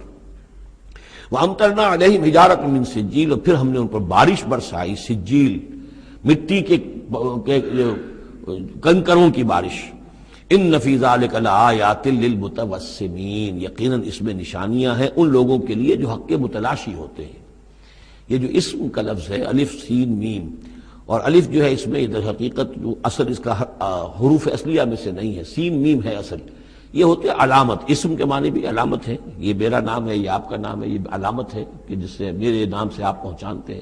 تو جو لوگ علامتوں سے، متوسم باب تفاعل بن جائے گا، جو علامتوں سے حقیقت کو پہچاننا چاہیں، جو آیات آفاقیہ، آیات تاریخیہ، آیات انفسیہ، آیات قرآنیہ سے حقیقت کو جاننا چاہیں، ان فی ذلک لآیات للمتوسمین. وَإِنَّهَا لَبِسَبِیلٍ مُقِیم، اور وہ جو بستیاں تھیں وہ سیدھی راہ پر واقع ہوئی تھی. یعنی یہ سیدھا راستہ تھا جو یمن سے جاتا تھا فلسطین تک، میڈیٹرینین کے ساحل تک، اور یہ سیدھا راستہ تھا کیروان روٹ، مشرق و مغرب کے درمیان یہی لنک تھا. سویز کینال تھی نہیں، اور ابھی یہ راستہ جو تھا round the Cape of Good Hope, یہ تو کہیں جا کر 1498 میں واسکو ڈی گاما نے تلاش کیا ہے. تو یہ راستہ معلوم ہی نہیں تھا، سویز کینال تھی نہیں. تو ساری جو مشرق اور مغرب کی ٹریڈ ہوتی تھی وہ یہ تھی کہ ہندوستان اور چین اور یہ جاوا، ملایا وغیرہ جو ہیں، یہ ہند چینی کے جتنے یہ سب سامان آتا تھا یمن کے ساحل پر. یورپ کے سارے ممالک کا سامان آ جاتا تھا شام کے ساحل پر، فلسطین کے ساحل پر. اب ان دو کے درمیان یہ قافلے چلتے تھے، یہ کیروانز تھے کہ جو ان جہاں سے لے کر سامان ادھر، ادھر کا سامان ادھر. تو یہ راستہ ہے امام مقیم، سبیل المقیم اس کو کہا گیا، سیدھا راستہ، سیدھی شاہراہ. اسی پر یہ اصحاب ہجر کے بھی مسکن تھے، اسی پر پھر یہ اصحاب مدین کے بھی تھے، اور یہ بستیاں بھی اسی راستے پر واقع ہوئی تھیں.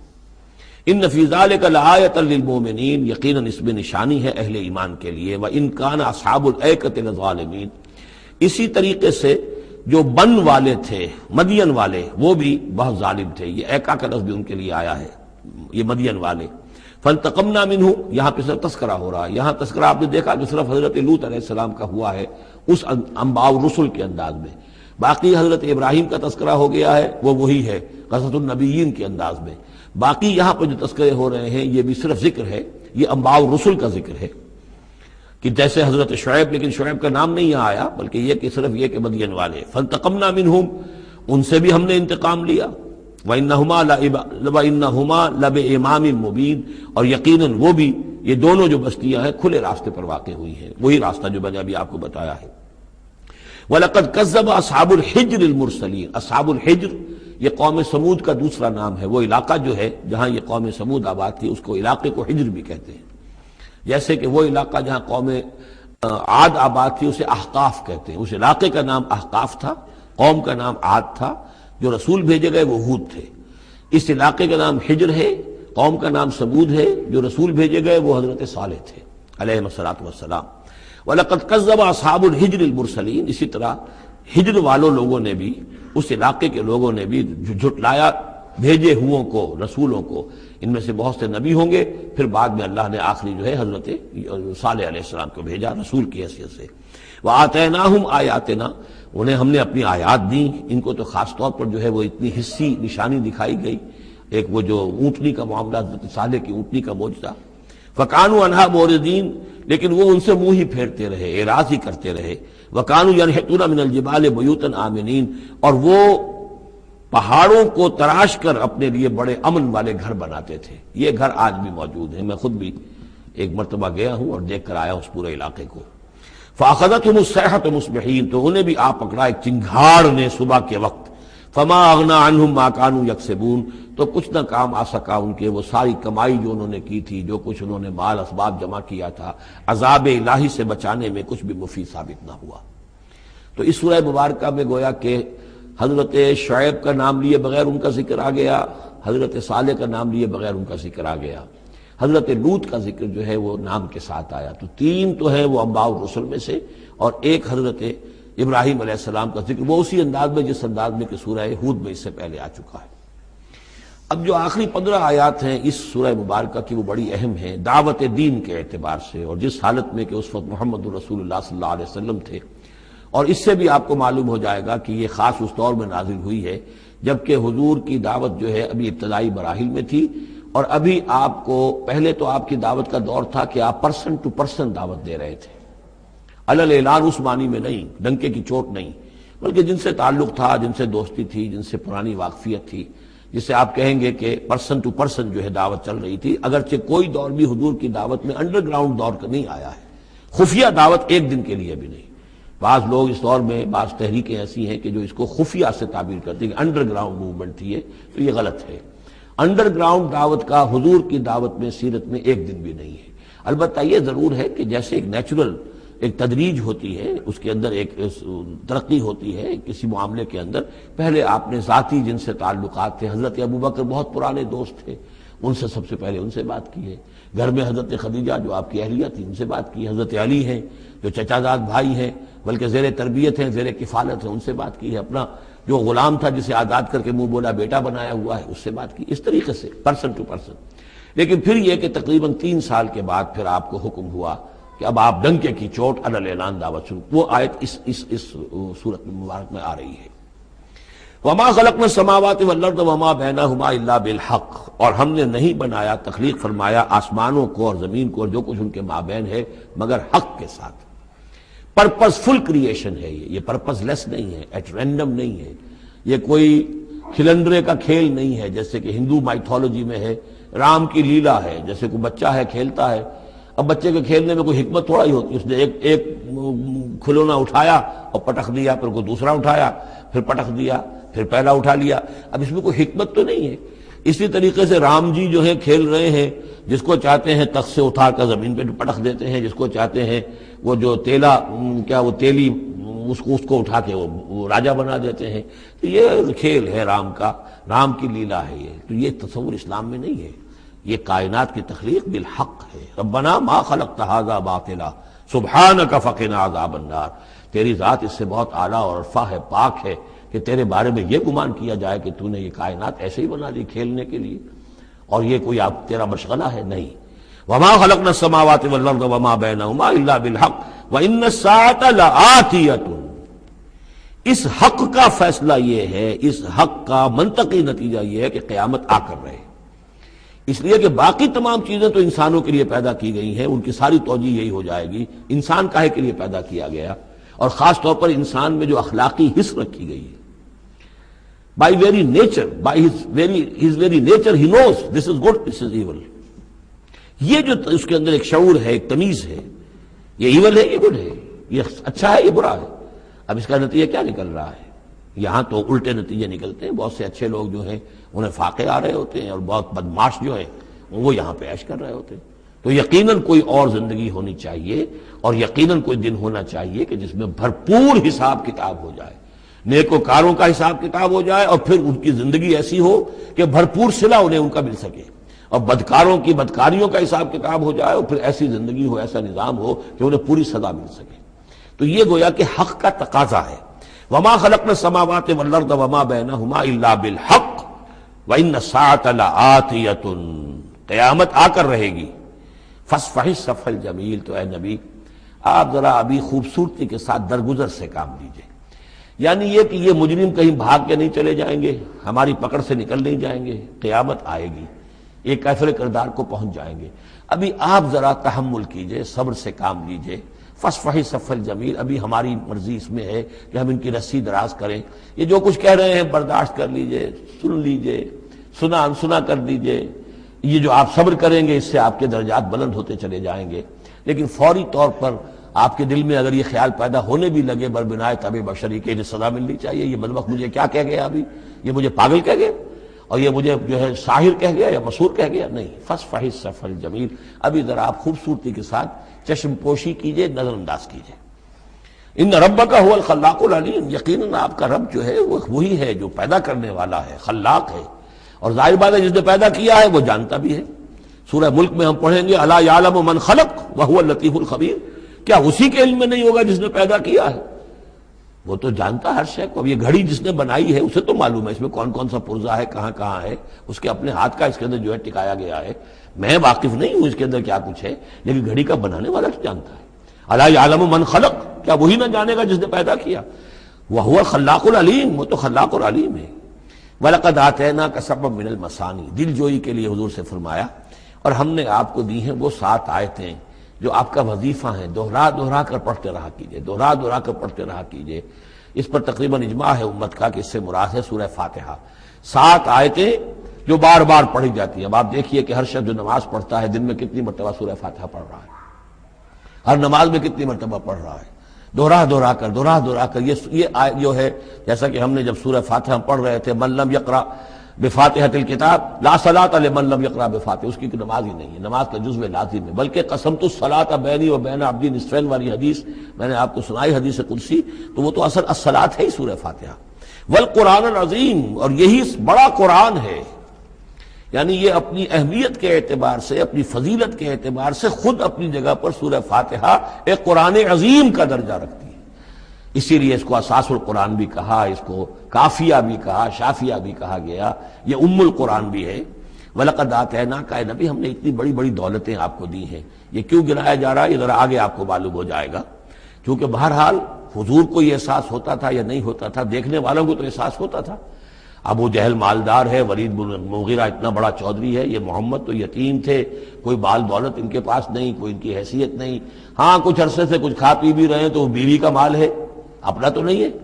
یہ ان کی نگاہوں میں جو ان کے معیارات تھے، جو ان کے اندازے تھے سوچنے کے، وہ تو یہ تھے. اس حوالے سے یہاں بظاہر حضور سے خطاب ہے، لیکن اصل میں ان کو بتایا جا رہا ہے کہ بدبختو تمہیں کیا معلوم ہم نے ان کو کتنی بڑی دولت دی ہے. وَلَقَدْ آتَيْنَاكَ سَبْعًا مِنَ الْمَثَانِي وَالْقُرْآنِ الْعَظِيمِ، ہم نے ان کو وہ 7 آیتیں عطا کی ہیں.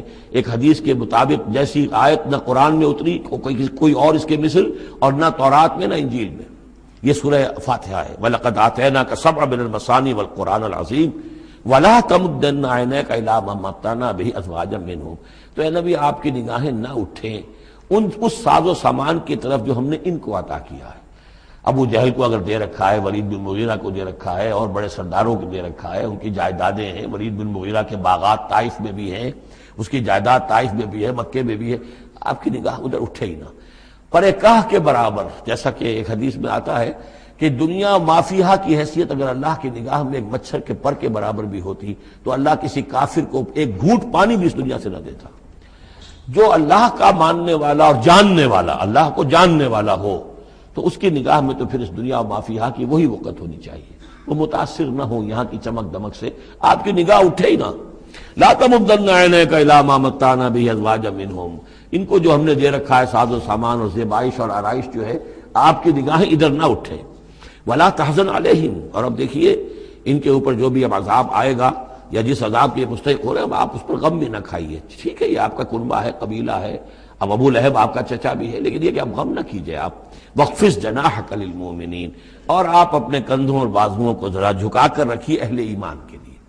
یہ ہمارے فقراء جب آتے ہیں، یہ جو غلام طبقے سے جو لوگ آئے ہیں، یہ لوگ جو گرے پڑے طبقات سے تعلق رکھتے ہیں، جب یہ آپ کے پاس آئیں تو آپ ان کا استقبال کیجئے. فَقُلْ سَلَامٌ عَلَيْكُمْ كَتَبَ رَبُّكُمْ عَلَىٰ نَفْسِهِ الرَّحْمَةَ، تو اس انداز میں ان کا استقبال کیجئے، ان کے سامنے تواضع کیجئے، ان کے سامنے اپنے کندھوں کو جھکائیے. وَاخْفِضْ جَنَاحَكَ لِلْمُؤْمِنِينَ، یہی مضمون ایک مرتبہ پھر سورہ طٰہٰ کے اندر آئے گا. وَاخْفِضْ جَنَاحَكَ لِمَنِ اتَّبَعَكَ مِنَ الْمُؤْمِنِينَ، اہل ایمان یہ جو آپ کی پیروی کر رہے ہیں، آپ اپنے ذرا کندھے ان کے سامنے جھکا کر رکھیے. یا یہ حکم دیا گیا ہے اولاد کو والدین کے بارے میں، اگلی صورت میں آ جائے گا سورہ بنی اسرائیل میں، کہ ان کے لیے اپنے کندھوں کو اپنے بازوؤں کو ذرا جھکا کر رکھا کرو. والدین کے سامنے تن کر نہ کھڑے ہو کہ کندھے جو ہیں اٹھے ہوئے ہیں، بلکہ کندھے ذرا دبا کر. وَاخْفِضْ جَنَاحَكَ لِلْمُؤْمِنِينَ وَقُلْ إِنِّي أَنَا النَّذِيرُ الْمُبِينُ، اور کہہ دیجئے کہ میں تو صرف خبردار کرنے والا ہوں، کھلا خبردار کرنے والا، میری اس کے سوا کوئی ذمہ داری نہیں ہے۔ کما انزلنا علی المقتسمین، جیسے کہ ہم نے نازل کیا ہے ان پر کہ جنہوں نے تقسیم کر لیا ہے، الذین جعلوا القرآن عظیم، قرآن کو انہوں نے بوٹیاں بنا لیا ہے، اس کو توڑ کے ٹکڑے کر دیا ہے۔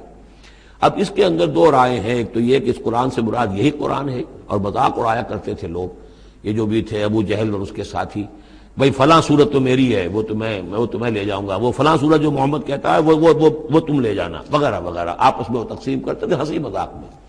تو اس حوالے سے انہوں نے قرآن کو بوٹیاں بنا کر اپنے اندر تقسیم کرنا شروع کر دیا ہے۔ ایک رائے یہ ہے، مجھے وہ زیادہ قرین قیاس معلوم ہوتا ہے کہ قرآن کے لفظ کا اطلاق تورات پر بھی ہوا ہے، کہ یہ قرآن وہ ہے جو محمد پر نازل ہوا، ولا بالذی بین یدیہ، ایک اور جگہ ہم آگے چل کر دیکھیں گے، وہ قرآن جو اس سے پہلے تھا، اور وہ گویا کہ وہ تورات تھی، اللہ کی کتاب۔ تو جس طریقے سے تورات کے ٹکڑے ٹکڑے کر دیے تھے یہود نے، اور قراطیسا تجعلونہ قراطیسا تبدونہا وتخفون کثیرا، یہ ہم پڑھ چکے ہیں سورہ انعام کی آیت نمبر 91 میں۔ تو جیسے کہ ٹکڑے ٹکڑے کر کر اور کچھ حصہ ظاہر کیا، کچھ چھپایا، تو ان دونوں کی رائے ہے، وہ میں نے آپ کے سامنے پیش کر دی۔ فَوَرَبِّكَ لَنَسْأَلَنَّهُمْ أَجْمَعِينَ، تو تیرے رب کی قسم اے محمد صلی اللہ علیہ وسلم، ان سب کو ہم جمع کر کے رہیں گے۔ اما نسألنهم اجمعین، ہم ان سے پوچھ کر رہیں گے، یہ لفظ وہی آ گیا ہے، فَلَنَسْأَلَنَّ الَّذِينَ أُرْسِلَ إِلَيْهِمْ وَلَنَسْأَلَنَّ الْمُرْسَلِينَ، یہ جو سورہ اعراف کی آیت نمبر 6 تھی، ہم لازماً پوچھ کر رہیں گے ان سے بھی جن کی طرف رسولوں کو بھیجا گیا، اور ان سے بھی کہ جن کو رسول بنا کر بھیجا گیا۔ فَوَرَبِّكَ لَنَسْأَلَنَّهُمْ أَجْمَعِينَ، تو آپ کے رب کی قسم ہم ان سب سے پوچھ لیں گے، حساب کتاب لے لیں گے، یہ تھوڑے سے وقت کی بات ہے، آپ ذرا صبر کیجئے۔ اما کانوا یعملون، جو کچھ کہ یہ کر رہے تھے، فاصدع بما تؤمر، یہ ہے وہ آیت۔ اب ڈنکے کی چوٹ علی الاعلان کہیے جس چیز کا آپ کو حکم ہوا ہے۔ یہ جب حکم آیا حضور کو تو پھر آپ کوہ صفا پر کھڑے ہوئے، اور پھر آپ نے وہاں، اگرچہ ظاہر بات ہے کہ اس کا کوئی امکان نہیں تھا کہ آپ ننگے ہو جاتے، لیکن جو وہاں کا رواج تھا وہ یہ تھا کہ اگر کسی شخص کے پاس کوئی ایسی خبر آتی تھی کہ فلاں قبیلے کے لوگ جو ہیں آج رات ہمارے اوپر حملہ کریں گے، شب خون ماریں گے، اب کیسے لوگوں کو بتائیں، کوئی کمیونیکیشن ماس میڈیا تو ہے نہیں، کیسے خبر دیں، کیا کریں؟ تو وہ یہ کرتا تھا کہ وہ شخص کپڑے اتار کے معذرزاد برہنہ ہو کر کسی اونچی جگہ کھڑا ہو جاتا تھا، تاکہ ہر طرف سے لوگ دیکھ لیں کہ ایک ننگا آدمی کھڑا ہے، نذیر عمیان کہتے تھے اسے، ننگا خبردار کرنے والا۔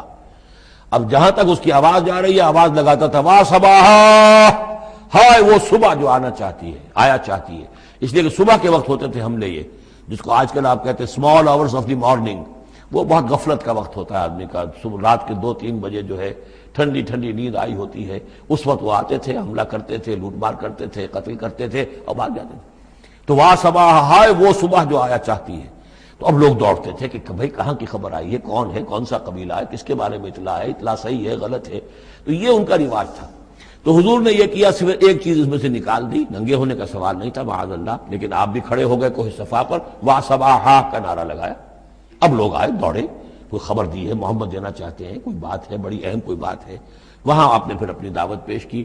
تو اسی مجمع میں پھر ابو لہب نے کہا تھا تبا لک لہذا جمعتنا، تمہارے لیے ہلاکت ہو، ہمیں اس کام کے لیے جمع کیا تھا، ہم اپنے بڑے بڑے اہم کاموں میں لگے ہوئے تھے۔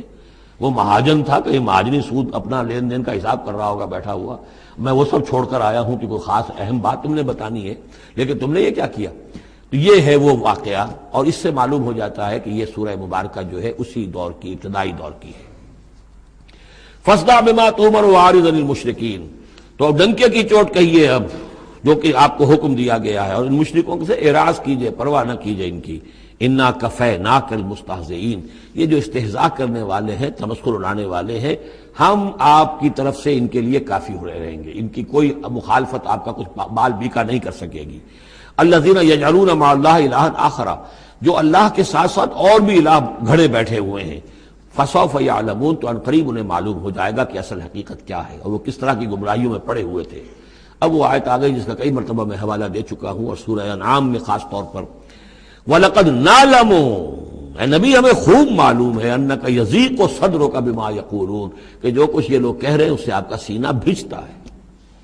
کسی نے پاگل کہہ دیا، کسی نے مجنون کہہ دیا، آصیب کا سایہ آ گیا، کوئی ہمدردی کے انداز میں آ کے کہتا ہے۔ عتبہ ابن ربیعہ ایک دفعہ آیا کیونکہ وہ بزرگ تھا، خاندان کا معمر آدمی تھا، بھتیجے میرے بڑے تعلقات ہیں عاملوں سے بھی کاہنوں سے بھی، واقعی اگر کوئی تم پر کوئی سایہ ہو گیا ہے، کوئی بری روح کوئی آ گئی ہے تو مجھے بتا دو، میں بلا کے لے آؤں گا، علاج کرا دوں گا تمہارا۔ اب کوئی کچھ کہہ رہا ہے، کوئی کچھ کہہ رہا ہے، کسی نے کہا شاعر ہے، کسی نے کہا کہ ایک انہوں نے غلام پکڑ کے رکھا ہوا ہے، عجمی غلام، اسے کمرے میں بند کیا ہوا اپنے گھر کے اندر، اور وہ عالم ہے بہت بڑا جو پورے پچھلی کتابوں کا جاننے والا، اس سے ڈکٹیشن لیتے ہیں اور پھر آ کر ہم پر دھونس جماتے ہیں کہ یہ اب وہی آئی ہے۔ تو یہ ساری باتیں سنتے تھے حضور صلی اللہ علیہ وسلم، تو آپ کو تکلیف پہنچتی تھی، کوفت ہوتی تھی۔ وَلَقَدْ نَعْلَمُ، اے نبی یہ نہ سمجھیے کہ ہمیں اندازہ نہیں ہے کہ آپ کو کوفت ہو رہی ہے، آپ کو تکلیف ہو رہی ہے، آپ کا سینہ بھیجتا ہے۔ وَلَقَدْ نَعْلَمُ أَنَّكَ يَضِيقُ صَدْرُكَ بِمَا يَقُولُونَ، کہ جو کچھ یہ لوگ کہہ رہے ہیں اس سے آپ کا سینہ بھیجتا ہے۔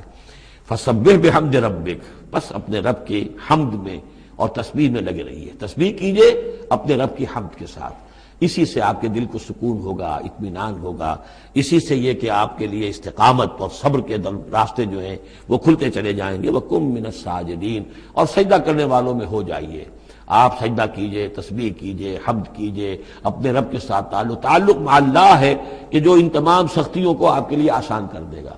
جتنا اللہ سے اپنے اس قلبی اور ذہنی رشتے کو مضبوط سے مضبوط تر بنائیں گے، اتنی ہی یہ تمام چیزیں جو ہیں آپ پر ہلکی ہوتی چلی جائیں گی۔ وَاعْبُدْ رَبَّكَ حَتَّىٰ يَأْتِيَكَ الْيَقِينُ، اور اپنے رب کی بندگی میں پرستش میں لگے رہیے یہاں تک کہ وہ یقینی بات آ جائے۔ اور وہ یقینی بات کیا ہے؟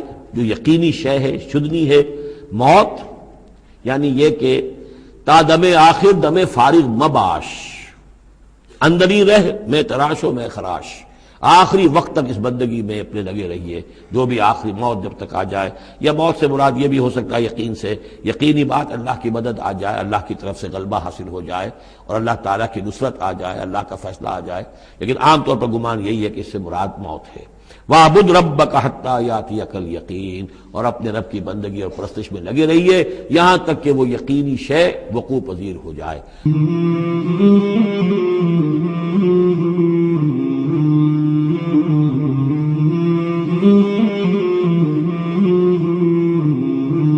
مولاي صل وسلم دائما أبدا على حبيبك خير الخلق كلهم، مولاي صل وسلم دائما أبدا على حبيبك خير الخلق